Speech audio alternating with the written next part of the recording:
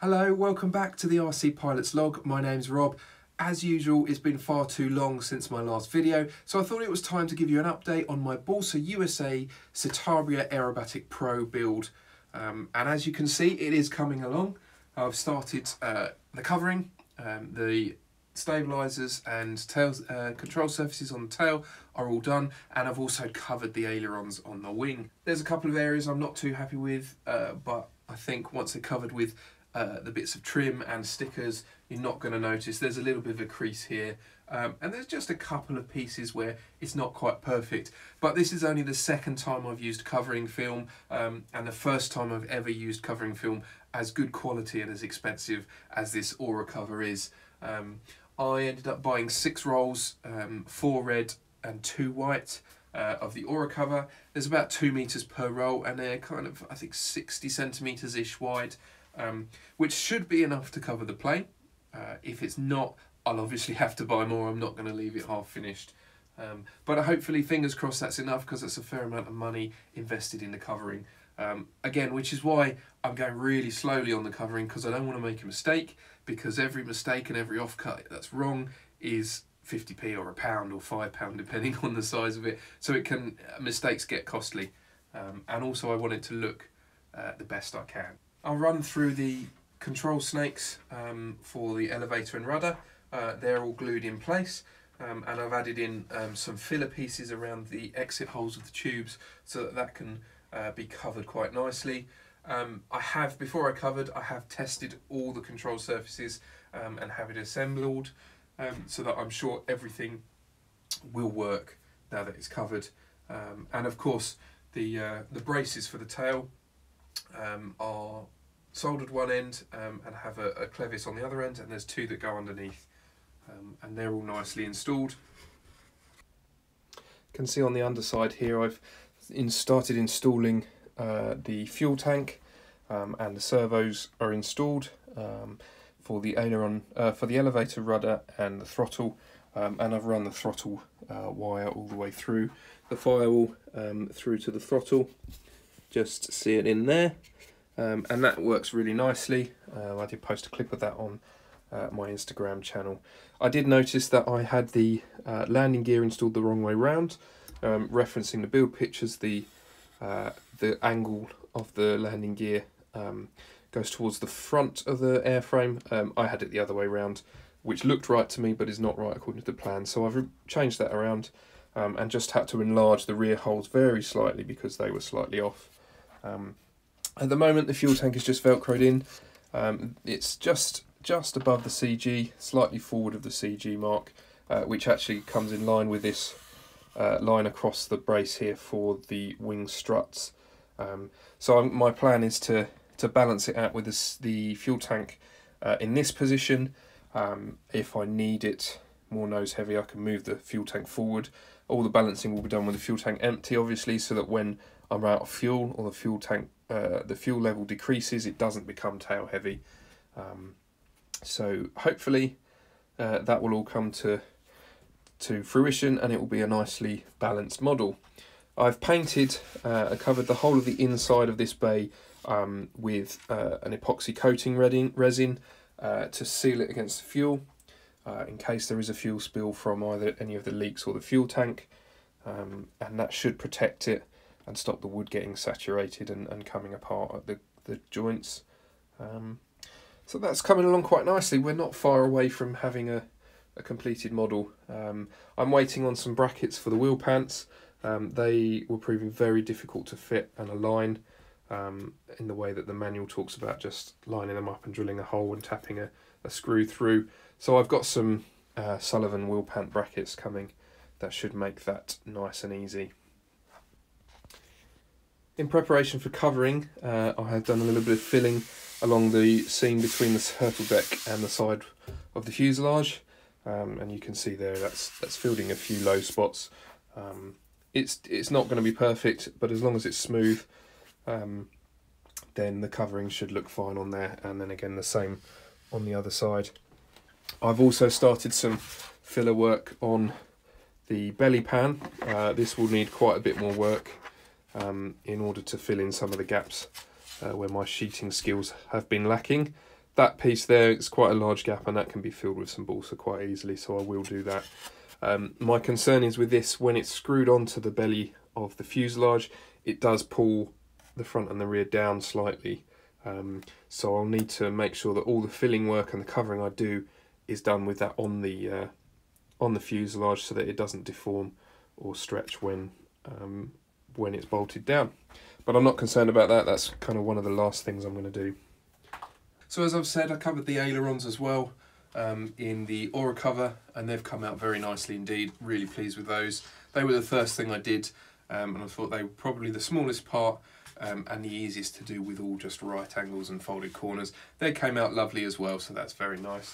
And again, if you follow my Instagram, you've seen I've created these carbon fibre control rods and linkages for the ailerons. They're all hinged up to the servos now. We get really nice control there. These are high torque servos from GoTech, who I believe are no longer in business, a victim of this global pandemic, unfortunately. But these will be the same as many other brands of servo. They probably come out of the same factory. But these are 23 kilograms per inch torque. So that's plenty for this plane. And I'm really looking forward to powering those up high voltage when the plane's together. Today's task is or one of today's tasks, there is many, to run the aileron servo wires through the wing and through this open section that will be skinned afterwards. The wires should go through holes that need to be made in here and down the cabane struts of the parasol wing and into the fuselage. So that's going to require making a couple of holes in the right spots.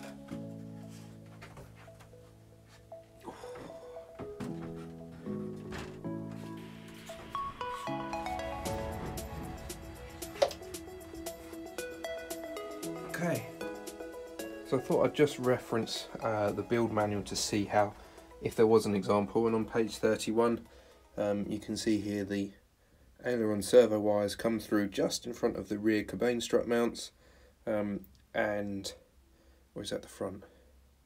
That's the front mounts, and go into the fuselage there. So I am going to do similar, but I think the rear is going to be better. I guess it depends where my not speed controller, where my receiver is going to go, and I think the receiver may end up in the front there actually. There's not a huge amount of space for, well, there's loads of space. What am I talking about? The other place it could go is just behind F3 former there. So I'm going to go by the book actually, and I'm going to go down through by the front cabane struts and make a hole into the fuselage, excuse me, as they show in the build manual. Making a hole sounds quite ominous. Okay, let's do it.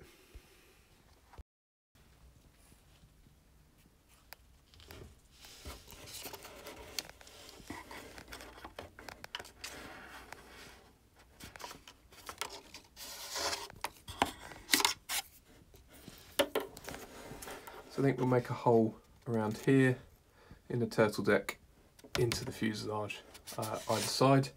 I think I'm going to have to take the wing off again to do that. because there's no access for the drill, and I will need the drill on that plywood.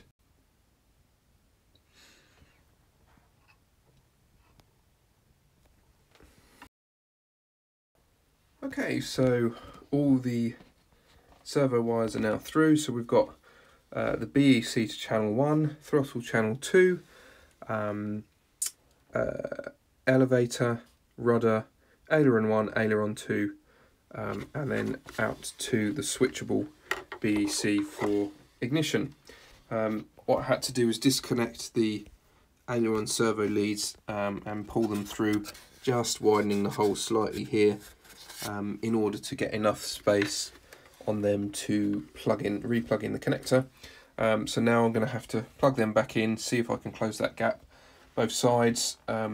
May mean just popping out the fuel tank and get the receiver on the top side of the plane, and then we should be able to plug everything in and have a full systems check. Okay, so it took a little bit longer than expected, but everything is now hooked up and the right channels assigned. Hopefully you can see every surface. We've got the rudder there working nicely. I'll have to reduce the throat massively. None of the surfaces, none of the hinges are actually glued in yet, so if I go full throw with this, it pulls it out. But tiny movements there give plenty of throw, so I need to dial that down nicely. Elevator there, again, lots of travel, needs dialing right down. Ailerons, left and right, working nice and smooth. Really good response from everything. And the throttle, you can't see it there, but it's working quite nicely. So that's all well and good. Everything is working as it should. I can go ahead now and finish assembly. I can cover the fuselage, sheet the wings, cover the wings, and push on with getting it ready to fly. Still quite a lot more to do, but stick with me. I'm going to sheet the top of the wing next. Okay, there we go. The centre section sheeted. Small gap here, and a little bit of sanding and filling to do, but that will be nice and smooth in the end. There's a few indiscrepancies between the wings that just need sanding out with a block, and that'll all come down quite nicely. And I think that's probably the next task, is to sand the wing and get it ready for covering. I'm undecided whether I'm going to cover the fuselage first or the wing. I feel like the wing might be easier. I don't know, but there's no point deciding one's easier than the other. They all need doing, and no one's going to do them but me. So while there's some filler drying on the wing and I'm prepping that for sanding, I thought I'd show you how I've just mounted the tank. I'd installed these cross braces previously, and they've got Velcro on the underside, and then I've got some Velcro on the tank. And then I've just installed these 2 bits of hardwood stringers to go front to rear, so that I can put a tie wrap round, zip wrap round for now. But I can replace that with a Velcro strap later on. But that's very solid now. I've fixed race cars with zip ties. I know these things can hold a lot of weight, and that's not going to go anywhere. So that's good enough for now. When I come to fly it, I'll probably replace that with a Velcro strap. But for now, there's no need. That will do the job nicely. I need to start thinking about positioning the receiver and battery pack in the front here, as well as my BEC circuit. The switchable BEC I'm using will go up the front here as well, and should help really nicely with the CG. It's been a few days since I was filming the last section you've just watched, and as you can see, change of costumes, I've had a bit of a hair trim, and I've also finished covering the wing. And I'm really excited, really pleased with the results. So without further ado, here it is.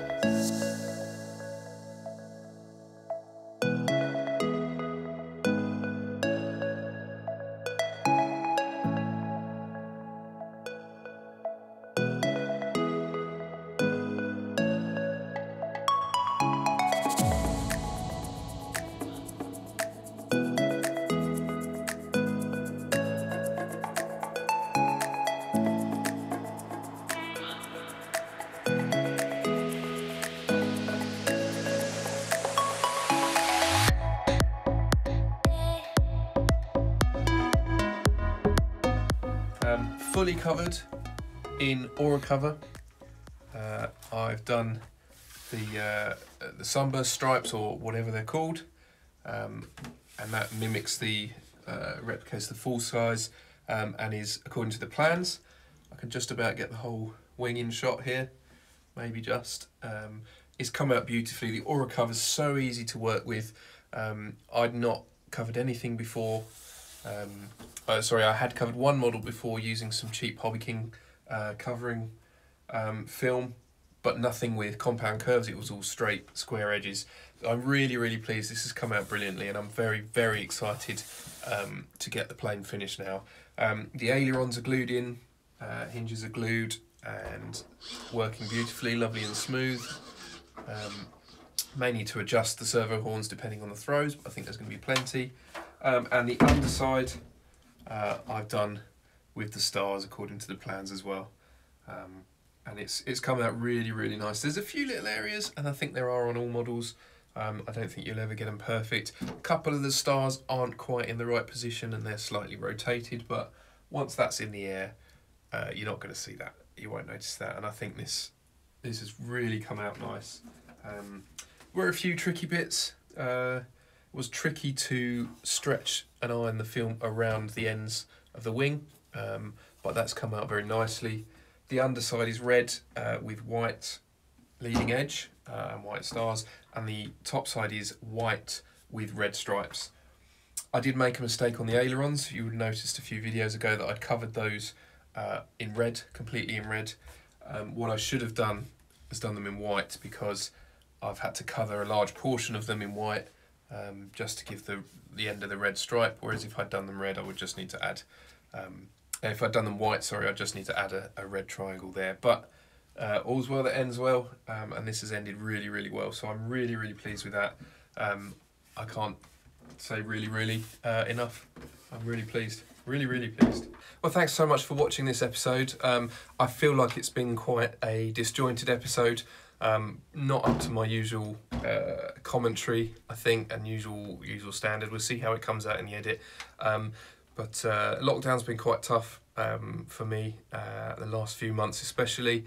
Been feeling quite low, and I think that tends to come across after a while. But I'm really looking forward to getting the plane finished and hopefully filming a bit more of the process of covering the fuselage, aiming hopefully for a maiden this year. So we've got a month and a bit left of this year. Hopefully I can make that work. But thanks so much for watching. Thanks for sticking with me through lockdown. I hope you're enjoying the videos.